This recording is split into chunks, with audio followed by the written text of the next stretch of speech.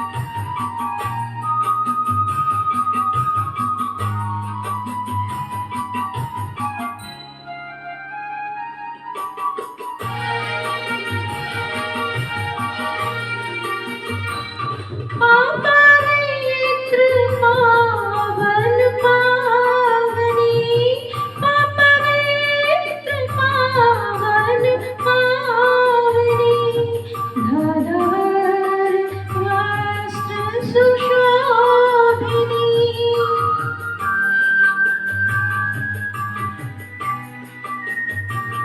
नीलांबरे गुरुवृंद सब, सासा शारदे हंसासिनी, माँ सरस्वती, माँ सरस्वती, माँ सरस्वती, माँ सरस्वती।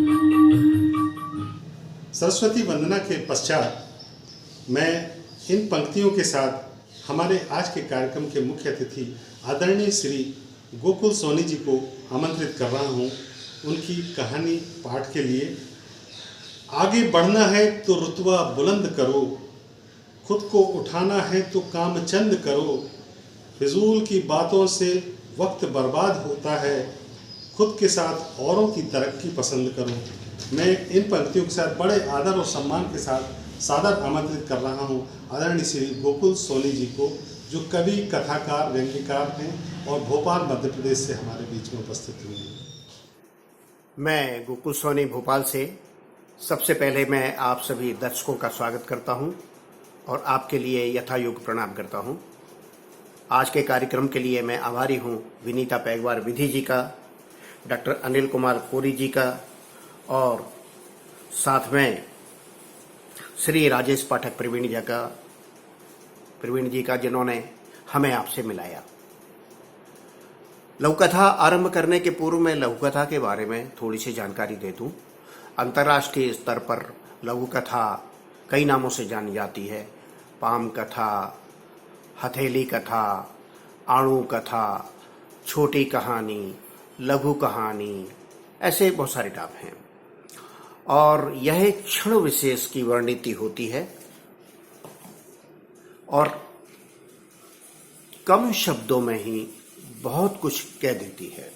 ये लघुकथा की विशेषता होती है। तो आइए प्रस्तुत है लघुकथा चीटर। सुमेधा हनुमान जी को चना चिरौंजी का प्रसाद चढ़ाकर लौटी ही थी कि दालान में एकमात्र टूटी बेंच पर एक भद्र पुरुष को, जो कि सूट बूट पहने हुए थे, बैठे पाया। सुमेधा बोली, नमस्ते अंकल। जैसे ही वो अंदर जाने वाली थी, उन्होंने सुमेधा को टोका, बेटा सुमेधा तुम ही हो? बोली, जी अंकल। बोले, अरे बहुत बहुत बधाई आपको, आपने रिक्शा वाले की बेटी होकर भी प्रदेश में हायर सेकेंडरी बोर्ड में प्रथम स्थान पाया है। यह हम सबके लिए बड़े गौरव की बात है। बेटा, मैं तुम्हें एक लाभ का प्रस्ताव लेकर आया हूं। सुमेधा सोचने लगी। उसको पिछली सभी बातें याद आ गई कि जब मैं अपने पापा के साथ इस इंस्टीट्यूट में कोचिंग के लिए गई थी, पापा कितना गिड़गिड़ाए थे उनके डायरेक्टर से कि सर मैं आधी फीस ही जोड़ पाया हूँ, मेरी बेटी को अपने सपने पूरे करना है, प्लीज़ कृपया इसको कोचिंग में एडमिशन दे दीजिए, हम बहुत गरीब लोग हैं। तब डायरेक्टर साहब ने कितना झिड़क कर बोला था, जाओ भागो यहाँ से, हम कोई यहाँ चैरिटी करने के लिए नहीं बैठे हैं, जब पूरी फीस हो तभी आना। सुमेधा को आज भी याद है, उसके बाबूजी की आंखों में आंसू भर आए थे। उसको बहुत दुख हुआ था। तब उसने अपने पापा से प्रॉमिस किया था, वायदा किया था कि पापा आप दुखी ना हो, मैं बगैर कोचिंग के ही आपको बढ़िया नंबर लाकर दिखाऊंगी। वे सुमेधा का ध्यान बटाते हुए बोले, देखो बेटा, मैं आपको फायदे का सौदा लेकर आया हूं। मैं 1 लाख रुपए का चेक दूंगा। इसके बदले तुम्हें प्रेस वालों को यह बयान देना है कि मैंने अपनी पूरी तैयारी प्रतिभा कोचिंग इंस्टीट्यूट के माध्यम से की है। सुमेधा बोली, अंकल, हम लोग गरीब जरूर हैं परंतु चीटर नहीं हैं। मैं ऐसा नहीं कर सकती। धन्यवाद। मैं आदरणीय श्री गोकुल सोनी जी को बहुत बहुत धन्यवाद देता हूं। उन्होंने हमारे इस कार्यक्रम को सजाया संवारा अपनी कहानी के माध्यम से। अब मैं सादर आमंत्रित कर रहा हूं शहर की मशहूर साहित्यकार आदरणीय रजनी श्रीवास्तव जी को, जो जबलपुर मध्य प्रदेश से हैं।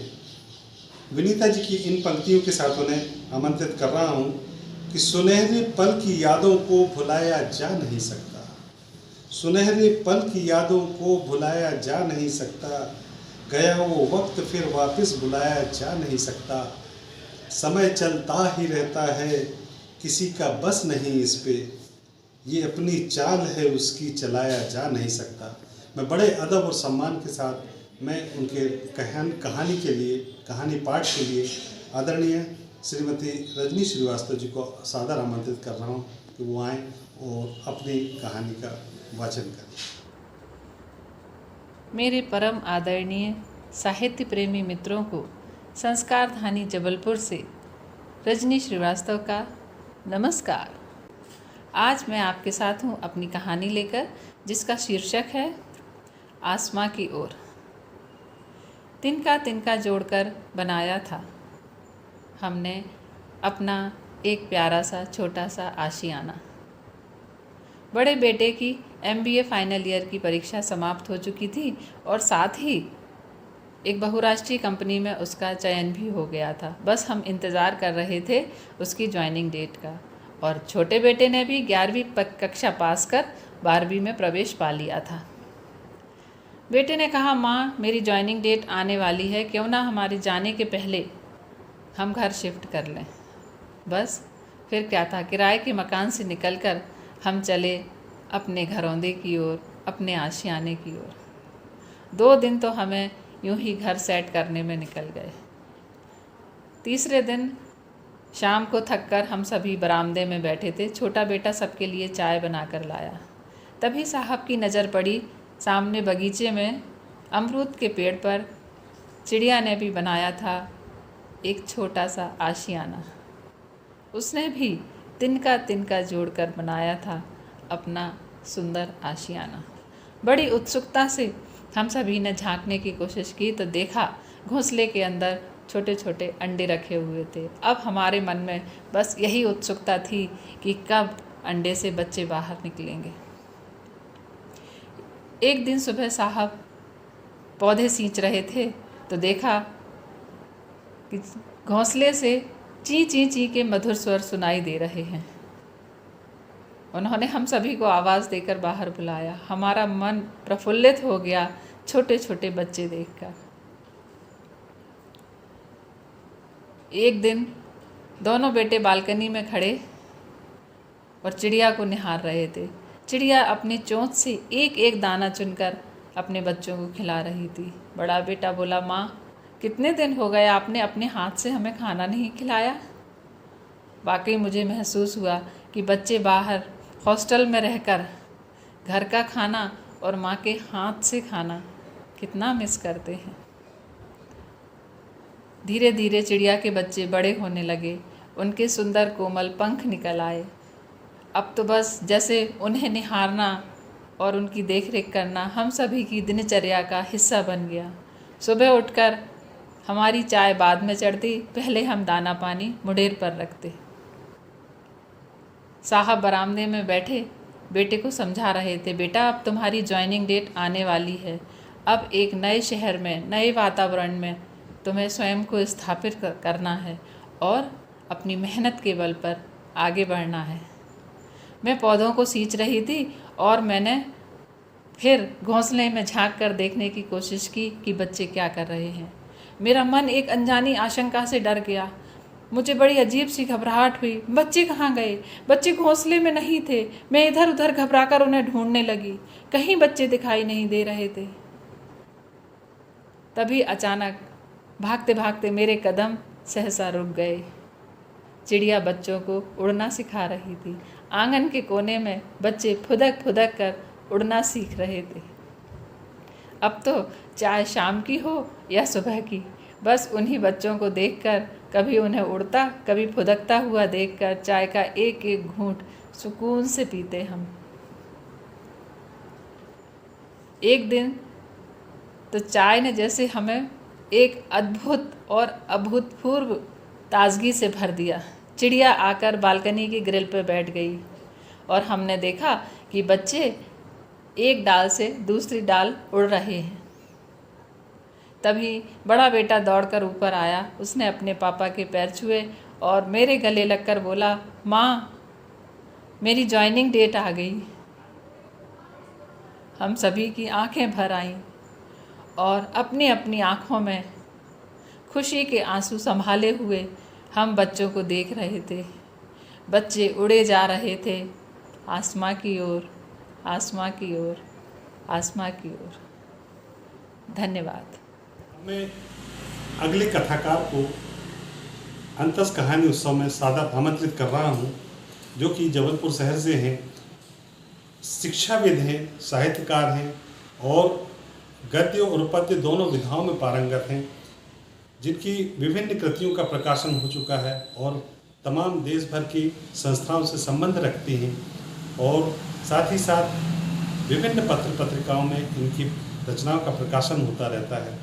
तो मैं ऐसे सुनामधन साहित्यकारा को मैं आमंत्रित कर रहा हूँ, जिनका हम आदरणीय कृष्णा राजपूत जी के नाम से जानते हैं, जो जबलपुर मध्य प्रदेश से हैं। मैं विनीता जी की इन पंक्तियों के साथ उन्हें आमंत्रित कर रहा हूँ कि शिक्षक ज्ञान से अपने उन्नत राष्ट्र बनाएंगे, दिव्य कर्मों की आभा से विश्व में बढ़ते जाएंगे, विश्व में बढ़ते जाएंगे। इन पंक्तियों के साथ बड़े अदब और सम्मान के साथ मैं आमंत्रित कर रहा हूँ आदरणीय श्रीमती कृष्णा राजपूत जी। सभी को नमस्कार। एक लघु कथा मेरी उपस्थित हूँ आपके समक्ष लेकर, सुनिएगा, जिसका शीर्षक है एक नारियल की खातिर। नर्मदा की यात्रा आसपास की खोज के अंतर्गत शाला के विद्यार्थी ले जाए गए। सभी ने आसपास की खोज की, बहुत बातें पढ़ी लिखी और कुछ जानी पहचानी। सभी बच्चे नदी तट पर खड़े नाव और पानी में कूदते, बच्चे जिनके शरीर पर मैले कुचैले बदबूदार कपड़े थे, वे पानी में तब छलांग लगाते जब कोई सिक्के डालता। सिक्के निकालने की होड़ में वे सब कूदने लगते। बहुत सारे ऐसे बच्चे वहां यही काम करते, बल्कि यूं कहें कि उनका घर इन्हीं पैसों से चल रहा था। किसी ने नारियल पानी में उछाल, अचानक बहुत सारे बच्चे, किसी ने नारियल पानी में उछाला, अचानक बहुत सारे बच्चे एक साथ वहां नदी किनारे आ उस नारियल को पकड़ने दौड़ पड़े। उस ऊहापोह में नारियल एक पतले दुबले से लड़के के हाथ लग गया। सभी बच्चे उससे खींचातानी करने लगे, पर उस बच्चे ने वह नारियल न छोड़ा और बड़े बड़े कदमों को पानी में मार बाहर निकल दौड़ने लगा। पर वही बच्चे जो नदी में थे, बाहर उसे घेर कर बांस के बड़े बड़े लठले मारने खड़े हो गए। वहां यह बात हर रोज होती थी। वे नारियल छीलने लगे, पर बच्चे ने कसकर नारियल पकड़ रखा था। सो वे सभी उसे मारने लगे। वह बहुत मार खाता रहा, पर नारियल न छोड़ा। किसी ने पास के तंबू में रहने वाली उसकी मां को यह खबर दी। मां दौड़ी दौड़ी उन बच्चों से अपने बच्चे को अलग ले आई और रो रो कर कहने लगी, क्यों कूदा नदी में? नारियल की खातिर? क्या होता यदि हम आज और भूखे रहते? बच्चा पिटने के कारण दर्द से कराह रहा था। उसने फिर भी नजर उठाकर देखा, कहीं वह बच्चे तो नहीं, और फिर उसने पानी से उठाया नारियल अपनी माँ को दे चैन की सांस ली और अचेत हो गया। पर उसके चेहरे पर चिंता के भाव की जगह शांति के भाव थे और माँ नारियल हाथ में ले सोच रही थी, आज मेरे बच्चे भूखे नहीं सोएंगे, कुछ तो पेट भरेगा उनका। और बेटे को गले लगाकर फपक फपक कर रो पड़ी। यह मेरी थी लघु कथा कृष्णा राजपूत जबलपुर। अब मैं बड़े अदब और सम्मान के साथ अगली कहानीकार के रूप में डॉक्टर सलमा जमाल जी को सादर आमंत्रित कर रहा हूँ, जो शहर ही नहीं पूरे देश भर में अपनी रचनाओं, अपनी कृतियों के माध्यम से जानी जाती हैं। विभिन्न संस्थाओं के द्वारा सम्मानित किया जा चुका है। आपकी स्वयं की एक संस्था है जो हिंदी साहित्य के क्षेत्र में अग्रसर है। आपकी कृतियों के में आपने हनुमान चालीसा का बुंदेली में अनुवाद भी किया हुआ है। हम ऐसी सुनामधन साहित्यकारा को आमंत्रित कर रहे हैं इन पंक्तियों के साथ। परवरदिगार तेरी रहमत से है ये दुनिया, तेरी दुआ सलामत किस्मत से है ये दुनिया। इंसान जब समझता अपने ही को खुदा, ठोकर लगा बताता चाहत से है ये दुनिया।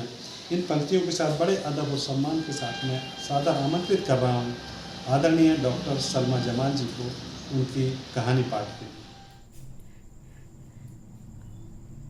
अंतस संस्था के संस्थापक श्री डॉक्टर अनिल कोरी जी हैं। उन्होंने संस्था की स्थापना की है और मुझे बड़ा गर्व है कि आज उन्होंने मुझे लघु कथा के कार्यक्रम में भाग लेने के लिए आमंत्रित किया है। मेरी लघु कथा का शीर्षक है बेटा मत कहना। हम लोग कई सहेलियां उज्जैन के साहित्यिक कार्यक्रम में गए हुए थे। वहाँ से लौटने पर स्टेशन पर हमारी एक प्रिय सहेली शशिकला का पर्स चोरी हो गया। वो बहुत उदास थी। वैसे भी वो बड़े संकोची, सीधे और सौम्य प्रकृति की महिला हैं।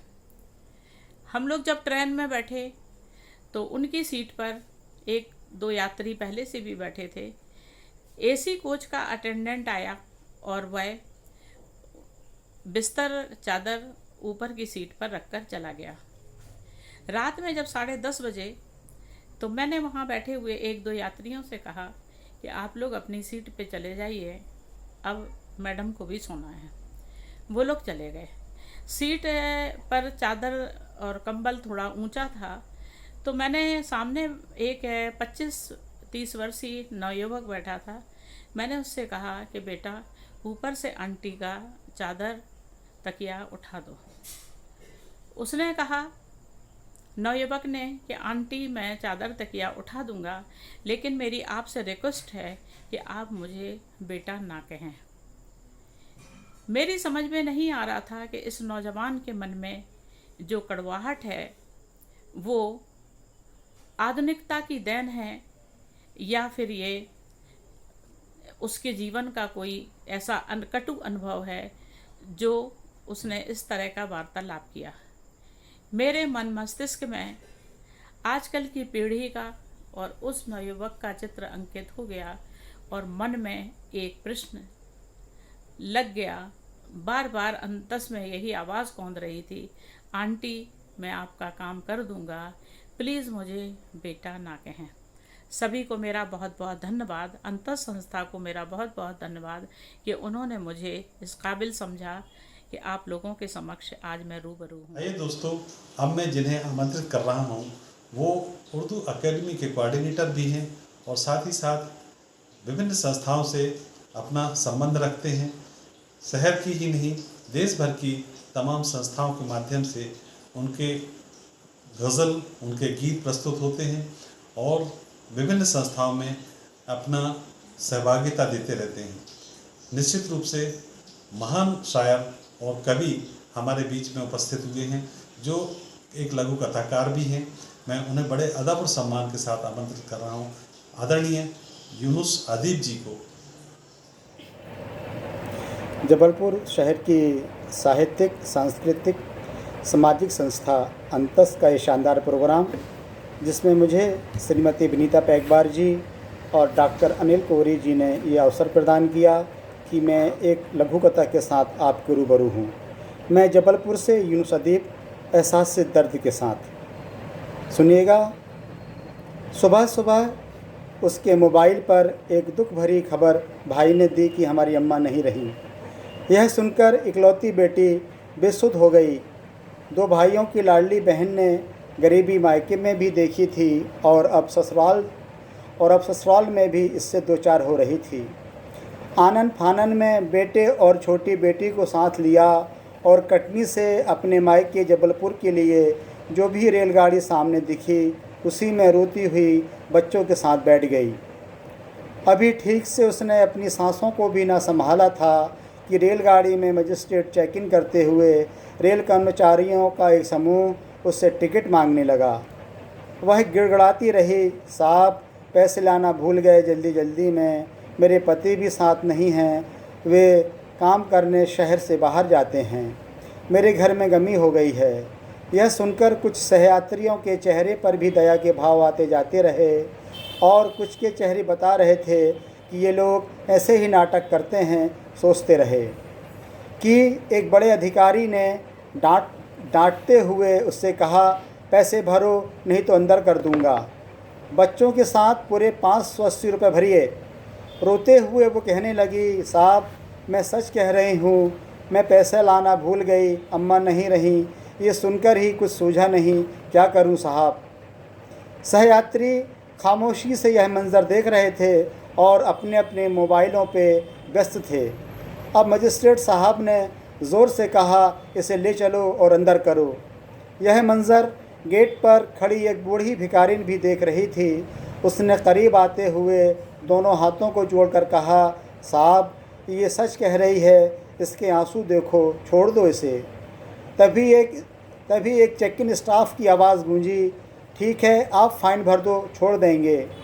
बूढ़ी भिखारिन ने मायूसी से अपनी फटी हुई साड़ी का पल्लू खोला और 580 रुपये का फ़ाइन भरते हुए उनको और बच्चों को अपने साथ लेकर रेलगाड़ी के गेट पर आ गई। पढ़े लिखे सब समाज के सहयात्री अभी भी अपने अपने मोबाइलों पे व्यस्त थे। नमस्कार। ये पंक्तियाँ हैं, सफलता की है एक कहानी, चुनो तुम एक राह सुहानी, पतझड़ तूफान से न डरना, मंजिल होगी तेरी दीवानी, मंजिल होगी तेरी दीवानी। इन पंक्तियों के साथ मैं बड़े अदब के साथ, सम्मान के साथ आमंत्रित कर रहा हूँ सूरत गुजरात से डॉक्टर पूनम गुजरानी जी को, जो शहर की नहीं, सूरत की ही नहीं, पूरे गुजरात की नहीं बल्कि पूरे देश भर में अपनी साहित्य के माध्यम से, अपनी गद्य लेखन के माध्यम से, अपनी लघु कथाओं के माध्यम से जाने जाते हैं। मैं बड़े सम्मान के साथ उन्हें आमंत्रित कर रहा हूँ कहानी पाठ के लिए, डॉक्टर पूनम गुजरानी जी। प्रणाम सभी आदरणीय गुणीजनों को, सभी दोस्तों को सादर नमस्कार। आज मैं अपनी एक लघु कथा प्रेम सिखाता है जीना आप तक पहुंचाती हूँ। सुनिएगा। लघु कथा का शीर्षक है प्रेम सिखाता है जीना। बापू आज क्या दोगे मुझे बेचने के लिए? सुमन ने अपनी गोल गोल आंखों को घुमाते हुए कहा। आज ही गुलाब के फूल ले जा बेटी, और देख मैंने इन गुलाब के फूलों को रंगीन लाल कलर के कागज में बांध दिया है, इससे कितने सुंदर लग रहे हैं। कहते हैं आज के दिन सब प्रेम करने वाले एक दूसरे को गुलाब भेंट करते हैं। ये गुलाब के फूल तुम्हारे तुरंत बिक जाएंगे। कहते हुए शांतराम ने उसकी तरफ टोकरी सरका दी। अच्छा बापू? सुमन ने अपने हाथों में फूलों को पकड़ते हुए पूछा। हाँ हाँ बेटी, अब जा, देर न कर। अच्छा बापू, पर क्या मैं एक गुलाब का फूल उस कचरा बिनने वाले श्याम को दे दूं? सुमन ने धीरे से पूछा। क्यों? संतराम ने हैरत से सुमन की तरफ देखा। वो मेरा दोस्त है ना, और आपने ही तो कहा कि आज के दिन सब प्रेम करने वाले एक दूसरे को गुलाब भेंट करते हैं? क्या? संतराम ने गुस्से से सुमन की ओर देखते हुए कहा। खबरदार, जो उसको गुलाब भेंट किया टांगे तोड़कर हाथ में दे दूंगा। हाँ हाँ, दे देना, पर पहले अपनी टांगे तो संभाल लो, सुमन ने कहा। और बापू, कल तुमने ही तो कहा था कि प्रेम दुनिया की सबसे खूबसूरत ताकत है, सबसे अच्छा तोहफा है। और आज मेरा प्रेम करना क्यों बुरा लग रहा है बापू? पर मेरा प्रेम कमजोर नहीं है। आप कहते हो तो नहीं दूंगी, लेकिन इतना बता दें कि कौन सा मेरे लिए राजकुमार आप ढूंढ कर लाने वाले हो, जो मेरे साथ साथ आपकी भी जिम्मेदारी उठाने के लिए तैयार हो जाए। कहते हुए सुमन की आंखें गीली हो गई। ना बेटी ना, तुम्हारा प्रेम कमजोर नहीं है, पर मेरे प्रेम का क्या करूं, जो अपनी बेटी का हाथ किसी कचरा बीनने वाले के हाथ में नहीं देना चाहता। प्रेम कमजोर नहीं होता बापू, प्रेम जीना सिखाता है। और फिर हकीकत से भी तो इनकार नहीं किया जा सकता ना। कहते हुए सुमन ने खोली से बाहर निकलने का प्रयास किया। सुन बेटा सुन, आज दे ही देना एक गुलाब अपने श्याम को। और हाँ, कहना मैंने उसे मिलने के लिए बुलाया है। कहते हुए संतराम धीरे से अपने जज्बातों पर काबू पाते हुए मुस्कुराया। जी बापू, कहते हुए सुमन खोली से बाहर निकल गई। आज उसकी टोकरी के गुलाबों के साथ उसका चेहरा भी गुलाब की तरह खिला हुआ था, क्योंकि वहां प्रेम की ताकत का एहसास उसको ही नहीं, उसके पिता संतराम को भी हो चुका था। बहुत धन्यवाद दोस्तों। मेरी ये लघु कथा आपको कैसी लगी जरूर बताइएगा। आपके लाइक और कमेंट मुझे ऊर्जा देंगे। बहुत बहुत बहुत धन्यवाद के साथ आपको पुनः पुनः प्रणाम। आपने मेरे लिए समय नियोजित किया, धन्यवाद, आभार, धन्यवाद। मित्रों, अब मैं जिनको आमंत्रित कर रहा हूँ वो एक शिक्षाविद हैं और साहित्य के क्षेत्र में इन्होंने गद्य और पद्य दोनों विधा में पारंगत हैं। इनकी विभिन्न कृतियों का प्रकाशन हो चुका है और देश भर की तमाम पत्र पत्रिकाओं में आपकी रचनाओं का प्रकाशन होता रहता है। आप शहर ही नहीं, देश भर के विभिन्न संस्थाओं से संबंध रखते हैं।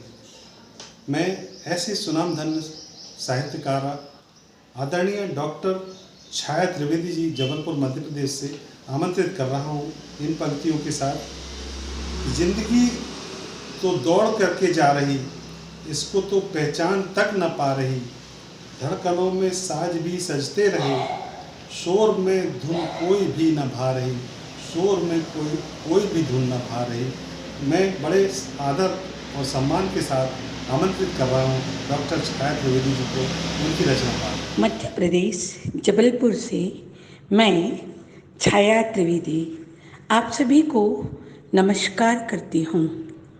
साहित्यिक संस्था अंतस के माध्यम से मैं समसामयिक लघु कथा प्रस्तुत कर रही हूँ। सुनिए, शीर्षक है प्यासा। आधी रात बीत गई थी।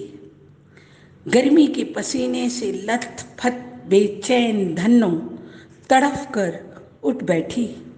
गला सूख रहा था। पानी पीने के लिए लोटा उठाया। लोटा खाली था। सारे मटके खाली औंधे पड़े थे।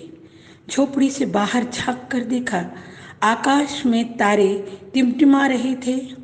भोर होने में अभी बड़ी देर थी।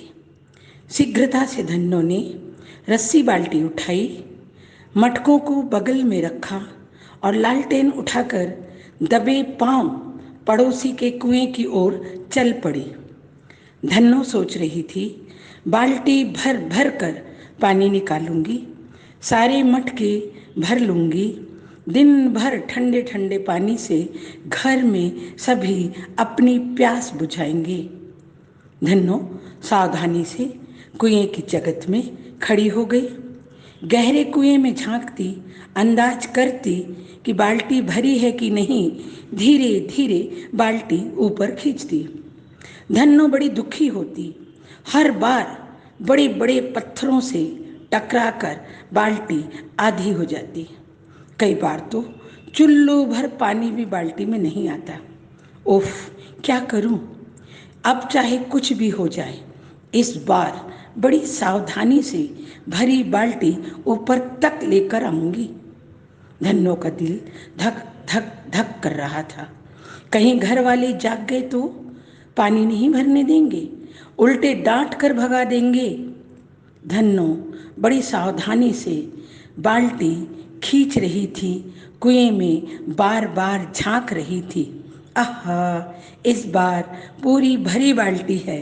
अचानक अरे, बाल्टी हाथ से छूट गई। कुएं में गिरती जा रही थी बाल्टी।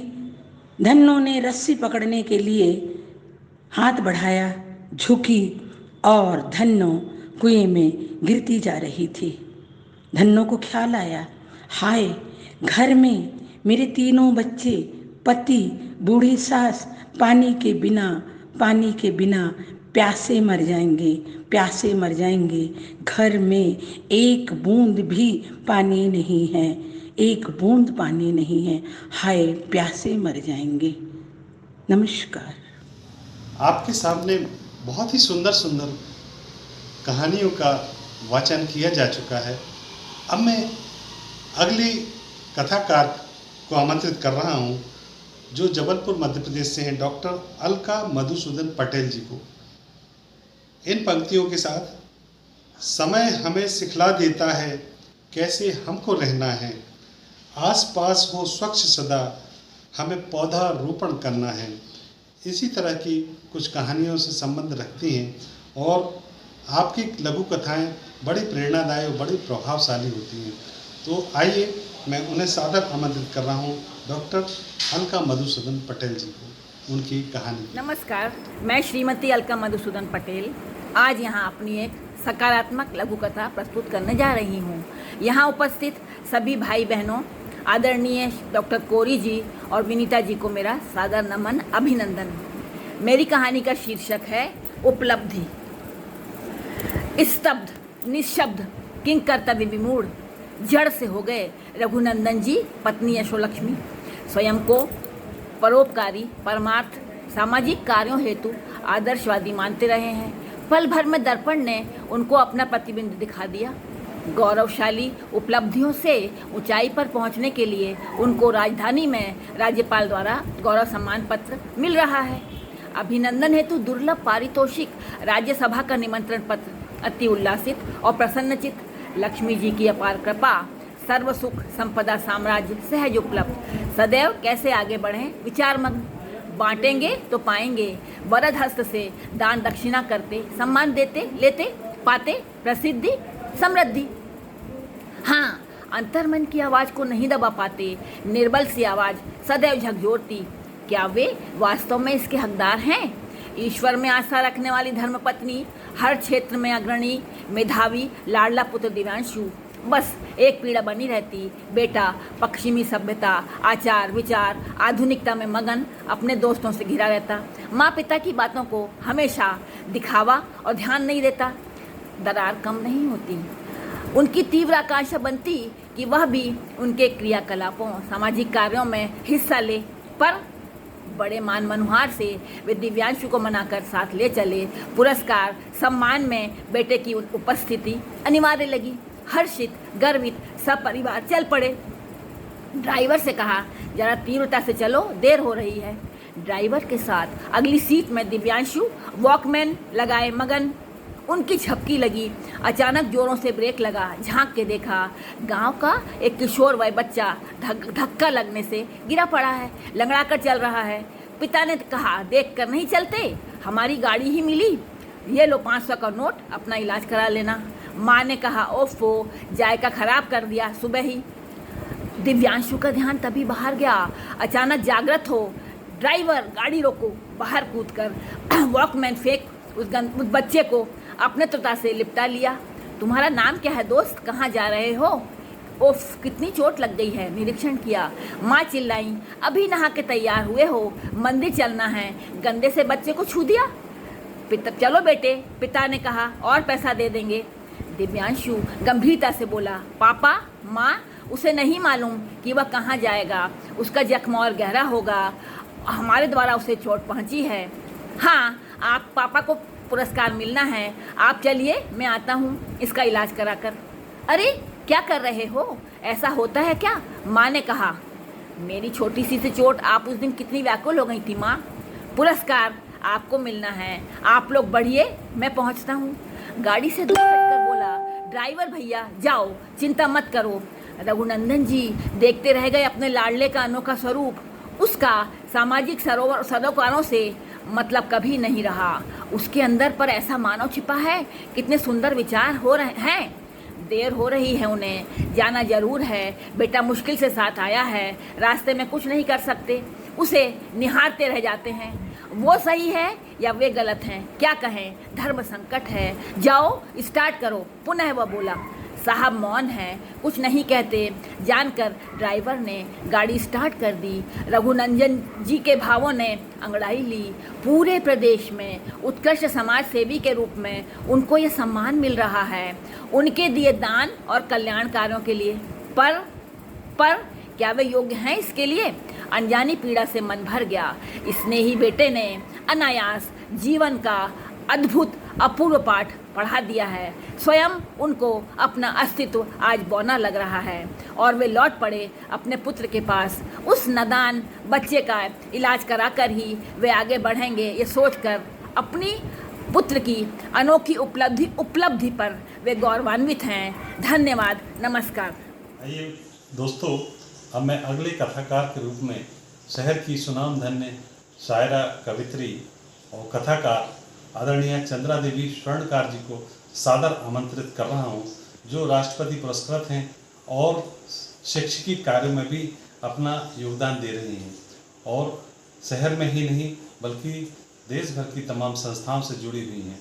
मैं बड़े अदब और सम्मान के साथ उनको आमंत्रित कर रहा हूं उनके रचना पाठ के लिए। नमस्कार, संस्कार धनी जबलपुर से मैं चंद्रा देवी स्वर्णकार। आप सब कैसे हैं? निश्चित ही अच्छे होंगे। मैं ईश्वर से प्रार्थना करती हूँ कि आप सभी स्वस्थ रहें और प्रसन्नचित्त रहें। अंतस पटल के माध्यम से मैं आपके बीच में एक अपनी लघु कथा लेकर आई हूँ, आपको अच्छी लगेगी। उसके पहले मैं आदरणीय अनिल कुरी डॉक्टर भाई साहब को बहुत बहुत धन्यवाद देती हूँ, जो उन्होंने मुझे आमंत्रित किया रचना के लिए। मेरी रचना है महादान। जोशना अस्पताल में 3 दिन से बिना दाना पानी खाए हुए बैठी है और टकटकी लगाए हुए अस्पताल के उस दरवाजे की ओर देख रही है जो आईसीयू वाटिका है, जिसके अंदर उसका बच्चा एक्सीडेंट हो जाने के पश्चात भर्ती है और डॉक्टर अभी तक कोई जवाब नहीं दे रहे हैं कि बच्चे की हालत क्या है। पति ने आके अनेकों बार उससे कहा, कुछ खा पी लो, अपने शरीर में ताकत लाओ, लेकिन वो एक शब्द नहीं कुछ बोलती है, बस अपने देवी देवताओं को पूरे समय मना रही है। क्योंकि डॉक्टर कुछ नहीं कर पा रहे हैं तो निश्चित ही हमारे ईश्वर कुछ न कुछ चमत्कार कर देंगे। बड़े जतन से वो सपनों में खो जाती है कि बचपन से लेकर अभी तक मैंने कितनी जतन से अपने बच्चे को पढ़ाया लिखाया और एक उत्कृष्ट कोटि का इंजीनियर बनाया है। मेरा बच्चा आज कुछ न कुछ भविष्य बनाने जाने वाला था, लेकिन ये सड़क दुर्घटना में उसका इस तरह से एक्सीडेंट हुआ कि वह कुछ नहीं बोल रहा है न चल रहा है। एकाएक डॉक्टरों की एक टीम निकलती है, पति को एक तरफ ले जाके कुछ समझाते हैं और जब पति आते हैं तो वो हाथ पैर निठाल करके बैठ जाते हैं और कुछ नहीं बोलते। तब जाके कांधे पे हाथ रख के जोशना बोलती है, आपसे डॉक्टर ने क्या क्या कहा मैंने सब सुन लिया है, मैं समझ गई हूँ, मैं जान गई हूँ। अब मैं माँ हूँ, मुझे क्या करना है मैं वह करके दिखलाती हूँ। चलिए, हमें बहुत कुछ करना है अब। और वह सीधे अस्पताल के ऑफिस में जाती है और वहाँ पत्र भरती है और कहती है कि आप एक पिता हैं, आपका बेटा आप किसी की आंखों से देखेगा, किसी की सांसों से सुनेगा, किसी की दिल में की धड़कन में धड़केगा, किसी के फेफड़े से सांस लेगा तो किसी की किडनी से वह जादुई छन्ने का काम करेगा। हम अपने बच्चे का आज अंग दान कर रहे हैं और हमारे जीवन का ये सबसे बड़ा महादान होगा। इससे बड़ा दान कोई नहीं कर सकता। मैंने उसे अपने गर्भ से बनाया था, लेकिन ईश्वर उसे मुझसे छीन रहे हैं तो क्या हुआ, मैं उसका महादान करूंगी, मैं उसका महादान करूंगी। धन्यवाद। मैं संस्कारधानी जबलपुर से चंदा देवी स्वर्णकार आपके सुदीर्घ स्वस्थ और प्रसन्नचित जीवन की शुभकामनाएं देती हूँ। धन्यवाद। आइए अब मैं अगले कहानीकार को आमंत्रित कर रहा हूं, जो देश की मशहूर साहित्यकार हैं। इन्होंने लगभग 35 से ज़्यादा पुस्तकों का प्रकाशन, कृतियों का प्रकाशन कराया है।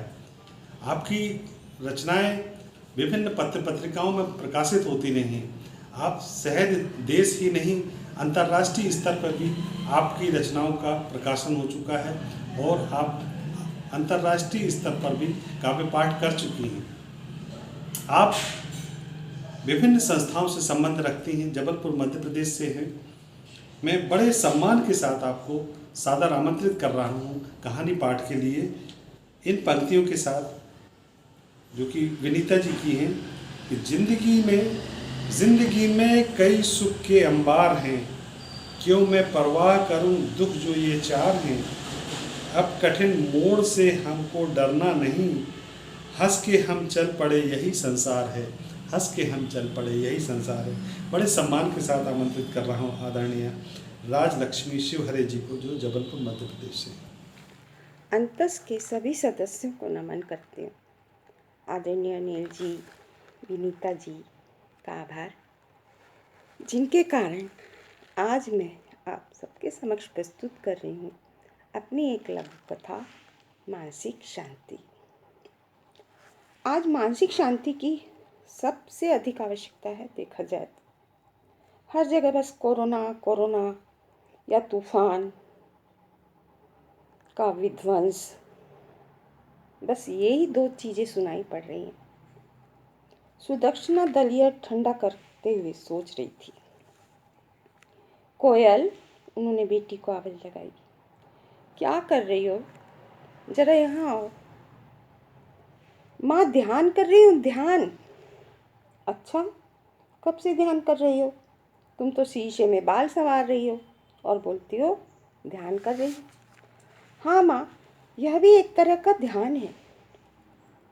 अभी तक भीतर की ओर ध्यान लगाने को कहा जाता था, यह बाहर का ध्यान आज पहली बार सुन रही हूँ। हाँ, खुद का ध्यान। कभी आपने देखा है खुद को आईने में? कितनी खूबसूरत हैं आप, आपकी आंखें, आपके भौं, आपके बाल, आपके ओठ। ये सब क्या बोल रही है तू? मुझे कुछ समझ में नहीं आता, इतनी फुर्सत भी नहीं है मुझे। आपने मुझे कितना खूबसूरत बनाया माँ, मेरे उठे हुए कपोल, उसकी लालिमा। कभी ध्यान से देखा आपने मुझे? बहुत बार देखा है जब तू गोद में थी। कितने घने काले बाल कमर तक। बस बस कर, पागल हो जाएगी। मैं पागल नहीं हूँ माँ, बाहर ध्यान लगाने से अच्छा है कि हम खुद पर ध्यान लगाएं। बाहर क्या हो रहा है? उलझने हैं, कोरोना है, मानसिक अशांति है। घर में रहकर हम क्यों अशांत हो? प्यार से रहें, दो बोल मीठे बोलें। अच्छा, बस जा, ये दादी को जरा दलिया खिला के आ जा, अभी बहुत सारे काम पड़े हुए हैं सुबह सुबह के। हाँ माँ, कॉलेज तो जाना नहीं है, चलिए आपका यही काम कर देती हूँ, चलिए। उसने दलिया लिया तो सुदक्षिणा को अपनी ओर देखने की जरा फुर्सत मिली। उसने आईने में देखा, कैसे हो गए हैं बाल, कैसे हो गए हैं हाथ, संवारने को तो मौका ही नहीं मिलता। घर में इतना काम, बाइयाँ भी अब नहीं आती हैं। हे भगवान, मैं क्या करूं? खुद को ध्यान देने के लिए समय ही कहाँ है हमारे पास। गृहिणी होना आसान तो नहीं, ये कोयल क्या जाने, घर गृहस्थी। तभी राकेश आ गए, बोले सुदक्षिणा, सुदक्षिणा, मेरी फाइल नहीं मिल रही है, जरा फाइल ढूंढ दो। बिल्कुल जी, अभी अभी देखती हूँ। और सुदक्षिणा आईने के सामने से हट गई। ये है गृहिणी, ये है मानसिक शांति। जो समर्पित है पूरे घर के लिए, उसके पास सोचने के लिए भी फुर्सत है कहाँ। मानसिक शांति हम अपने परिवार के बीच में रहकर पा सकते हैं। धन्यवाद। आज के कहानी उत्सव में अब मैं अगले कथाकार को आमंत्रित कर रहा हूँ, जो रिटायर्ड जज हैं और आप जब से आपकी लेखनी शुरू हुई है निरंतर गतिमान हैं। आप गद्य पद्य सभी विधाओं में पारंगत हैं। आप गज़ल भी लिखती हैं, सज़ल भी लिखती हैं, दोहे भी लिखती हैं और विभिन्न विधाओं में लिखती हैं। साथ ही साथ गद्य में भी आप लघु कथाएँ और कहानियाँ लिखती हैं। मैं बड़े सम्मान के साथ आमंत्रित कर रहा हूँ आदरणीय मीना भट्ट जी, जो जबलपुर मध्य प्रदेश से हैं। इन पंक्तियों के साथ मंजिलों पे नज़र कभी रखता नहीं, चलते जाता हूँ राहों में रुकता नहीं, मेरे जज्बात ही मेरी ताकत बड़ी, फासला उनसे जो इज्जत करता नहीं। बड़े सम्मान के साथ आपको आमंत्रित कर रहा हूँ आपकी कहानी पाठ के लिए आदरणीय मीना भट्ट। मैं जबलपुर से मीना भट्ट। आदरणीय अनिल जी और विनीता पैगवार जी को मुझे इस पटल पर लाने हेतु और आज प्रस्तुतिकरण का अवसर देने हेतु बहुत बहुत धन्यवाद, आभार। मैं एक लघु कथा आपको सुना रही हूँ। मन उदास होने के बावजूद भी रीना ऑफिस जाने को, जिससे परिवार की रोजी रोटी चलती थी, विवश थी। आज आकाश से उसका फिर झगड़ा हुआ था। आकाश जो इंजीनियरिंग किया हुआ था, परंतु नौकरी छूट जाने से और दूसरी नौकरी नहीं मिलने से अवसाद में रहता था। अपनी पत्नी रीना से बिना ही बात झगड़ा करता रहता था। 2 बच्चे रिंकी और पीयूष अपनी मासूम आँखों से माँ पिता को लड़ते देखा करते थे। रीना जानती थी कि आकाश उसे बहुत प्यार करता है, पर इन परीक्षा की घड़ियों में गुस्से में वह काबू नहीं कर पाया था। शाम को थक कर रीना घर वापस आई, तब देखा कि आज आकाश बहुत प्रसन्न है। उसने आकाश से पूछा कि क्या बात है। आकाश ने उसे बताया कि एक विदेशी कंपनी ने उसे ऑस्ट्रेलिया में नौकरी का ऑफर दिया है, पैकेज भी अच्छा है। रीना विदेश जाने को इच्छुक नहीं थी। अपनी इच्छा अपने पति पर जाहिर की तो आकाश कहने लगा कि बड़ी मुश्किल से यह नौकरी मिली है, यह अवसर कैसे जाने दूँ। तब रीना ने सोचा अभी बहस करना बेकार है, सवेरे उससे बात करेगी। रात भर वह विचार करती रही कि इस परिस्थिति में क्या किया जाए, वह सवेरे क्या जवाब दी। परंतु इससे पहले कि वह अपने पति को कोई जवाब देती, आकाश ने कहा, मैंने विदेशी कंपनी की नौकरी और ऑस्ट्रेलिया जाने से मना कर दिया है। तुम्हारी बात सही है, मैं योग्य हूँ। आज नहीं तो कल मुझे अपने देश भारत में ही नौकरी मिल जाएगी। मैं अपने देश में रहूँगा, भले ही सैलरी कम हो। और उसके चेहरे पर आत्मविश्वास की चमक थी। रीना पति की बात सुनकर मुस्कुराई और सोचने लगी कि पूरा भी रहेगा। और उसे लगा कि प्राची से सूर्योदय हो गया है और जिसने उसके घर को आलोकित कर दिया है। बहुत बहुत धन्यवाद, आभार। आइए जबलपुर मध्य प्रदेश की वरिष्ठ कहानीकारा साहित्यकार आदरणीय चंद्रा देवी चतुर्वेदी जी को मैं बड़े आदर सम्मान के साथ आमंत्रित कर रहा हूँ, जो वर्तमान में भोपाल मध्य प्रदेश में हैं। इन पंक्तियों के साथ विनीता जी की कि ए जिंदगी तू प्रेयसी बन गई मेरी, जन्मों सी रही प्रीत सी बन गई मेरी, जीते हैं तेरे संग हम धूप छाँव में, फिर भी निराले ख्वाब सी बन गई मेरी, निराले ख्वाब सी बन गई मेरी। बड़े सम्मान के साथ मैं आमंत्रित कर रहा हूँ शहर की नहीं बल्कि पूरे देश भर की मशहूर साहित्यकारा परम आदरणीय चंद्रा देवी चतुर्वेदी जी को, जो विभिन्न संस्थाओं से संबंध रखती हैं। इनका विभिन्न पत्र पत्रिकाओं में प्रकाशन होता रहता है और निरंतर आपकी लेखनी गद्य और पद्य सभी विधाओं में चलती रहती है। बड़े सम्मान के साथ आपको आमंत्रित कर रहा हूँ आपकी कहानी पाठ के लिए। ओम अंतः साहित्यिक सामाजिक सांस्कृतिक संस्था के अंतर्गत समायोजित लघु कथा परिचर्चा में आज मैं अपनी सहभागिता दे रही हूँ। आप सभी सुधीजनों का जो पटल पर समुपस्थित हैं, महानुभावों का मैं सादर नमन करती हूँ और संस्था के संस्थापक डॉक्टर अनिल कोरी जी, श्रीमती विनीता पैगवार जी एवं अन्य सभी संयोजक महानुभावों का सादर वंदन अभिनंदन आप सभी का करती हूँ।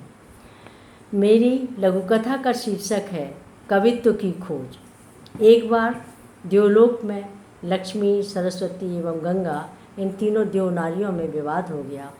तब सरस्वती जी ने लक्ष्मी जी को गंगा के प्रति पक्षपाती मानकर शाप दे दिया कि आप लोग वृक्ष और नदी हो जाओ। तो लक्ष्मी जी के संकेत पर गंगा जी ने भी शाप दे दिया कि हे सरस्वती, आप भी नदी हो जाओ। यह कहकर देवनारियों के आक्रोश से वहाँ का वातावरण विषम हो गया। तब नारायण को आभास हुआ कि इतना विवाद हो गया। यह जानकर नारायण वहाँ आ गए।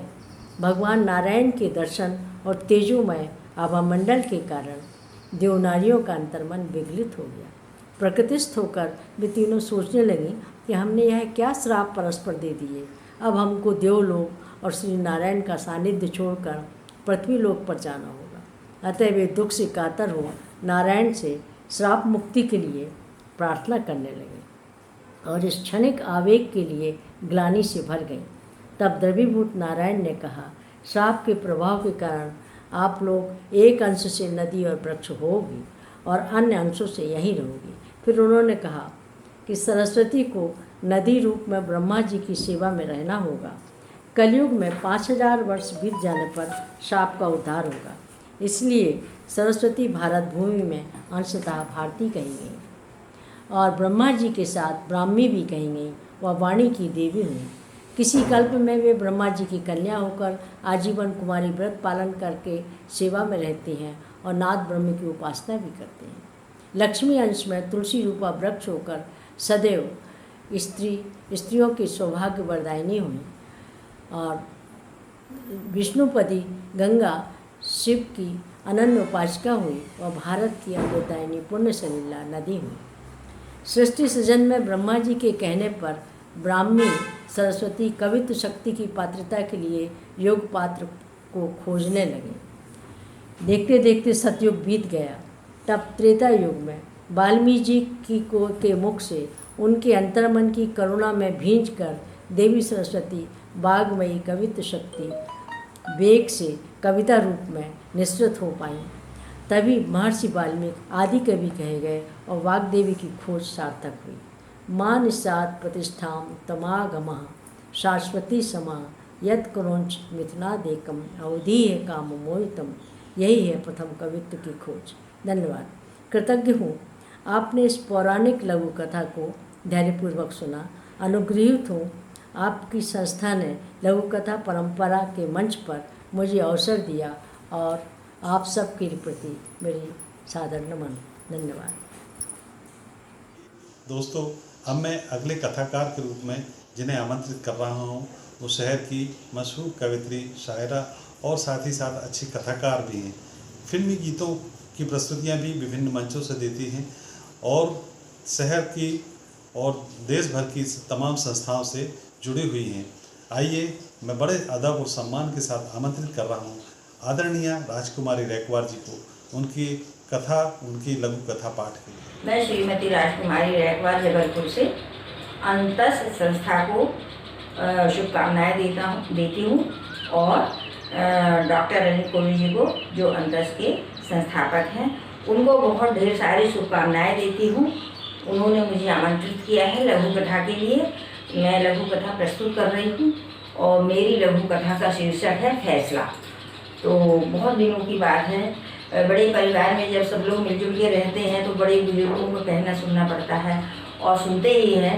ये हमारे संस्कार हैं और रामू थे। रामू अपने परिवार के साथ में बहुत खुश रहते थे और 9-10 जन लोग, चाचा चाची दादा दादी सभी लोग साथ में थे, तो सबका सम्मान करते थे और वो एक अपनी छोटी सी नौकरी के साथ में बहुत खुश थे। उनकी पत्नी रमा थी, एक बिटिया उनकी पूर्णिमा थी। तो वो बड़ी होती गई और मतलब पढ़ाई में बहुत अच्छी थी वो लड़की पूर्णिमा।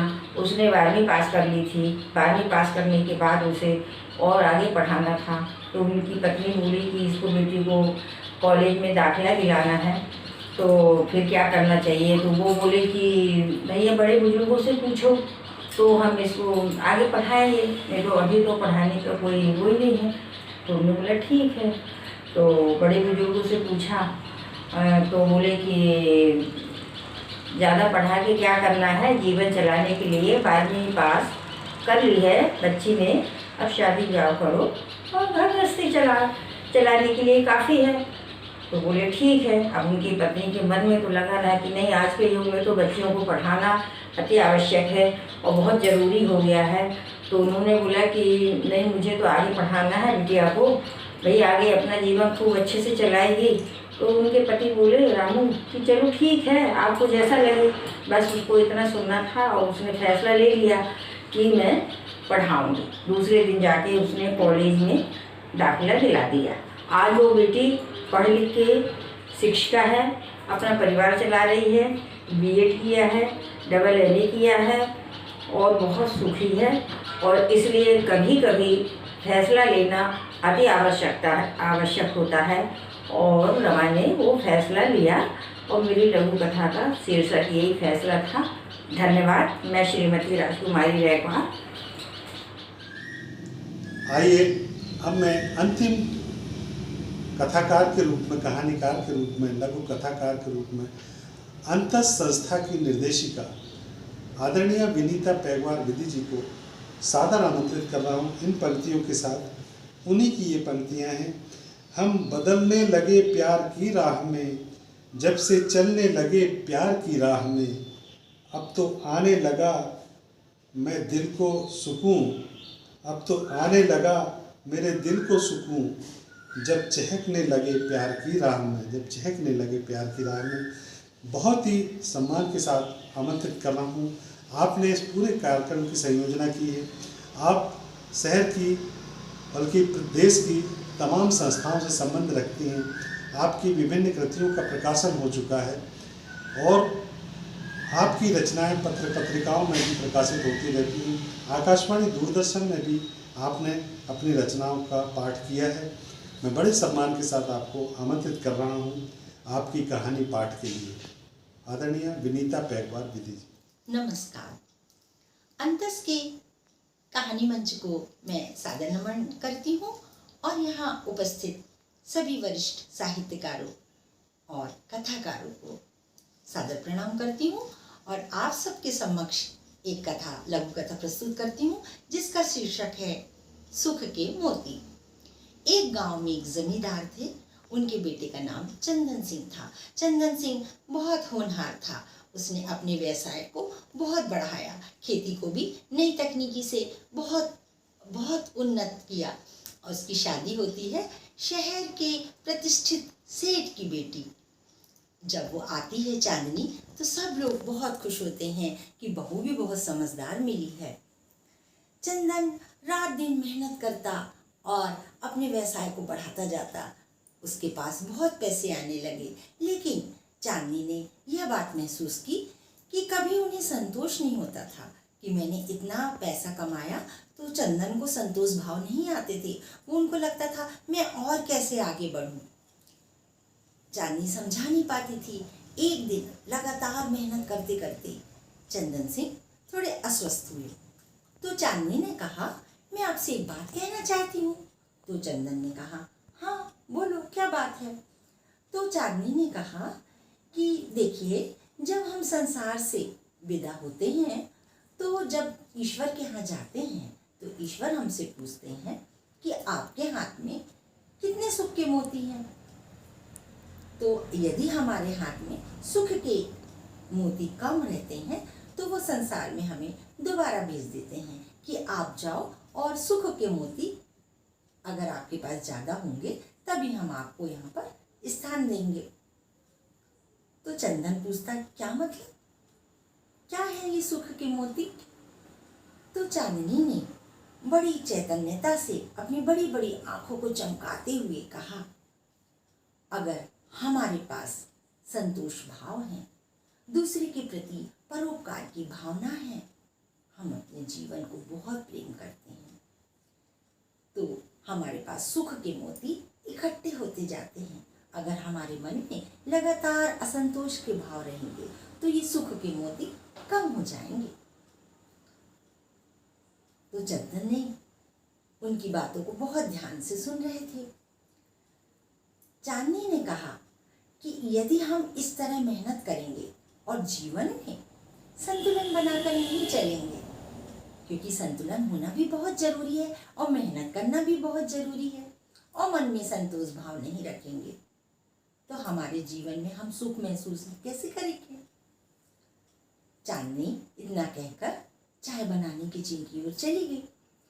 चंदन सिंह ने उसकी बातों पर गौर किया और उसने सोचा, चलो अब आज से ही हम सुख के मोती इकट्ठा करना शुरू करेंगे। कोशिश करते हैं इस सुख के मोती को इकट्ठा करने की। धन्यवाद दोस्तों। मैं तमाम साहित्यकार जो हमारे इस कार्यक्रम में सम्मिलित हुए हैं और उन सभी श्रोताओं को जो हमारे चैनल को निरंतर देखते हैं और हमारी सराहना करते हैं, उनके आभार प्रदर्शन के लिए, उनको आभार व्यक्त करने के लिए बड़े आदर और सम्मान के साथ आमंत्रित कर रहा हूँ आदरणीय विनीता पैगवार दीदी जी, अंतस संस्था की निर्देशिका, कि वो आएँ और आभार व्यक्त करें। नमस्कार। अंतस साहित्यिक, सांस्कृतिक और सामाजिक संस्था के संस्थापक डॉक्टर अनिल कुमार कोरी जी को मैं सर्वप्रथम साधुवाद देती हूँ कि उन्होंने हम सभी को इस कार्यक्रम में भाग लेने का अवसर प्रदान किया और इस कार्यक्रम में उपस्थित सभी विद्वत साहित्यकार, कथाकार, जिन्होंने अपनी सुंदर सुंदर कथाओं से सचमुच में हम सभी को एक प्रेरणा दी, हमारा मार्ग प्रशस्त किया और भाव विभोर कर दिया, उन सभी सम्मानीय साहित्यकारों का मैं हृदय से वंदन, अभिनंदन करती हूँ और आभार व्यक्त करती हूँ। साथ में अंतस के सभी सम्मानीय दर्शकों का भी हृदय से वंदन और अभिनंदन करती हूँ और आभार व्यक्त करती हूँ। बहुत बहुत धन्यवाद। नमस्कार। इसी तरह आप सभी हम पर अपना स्नेह बनाए रखें। धन्यवाद।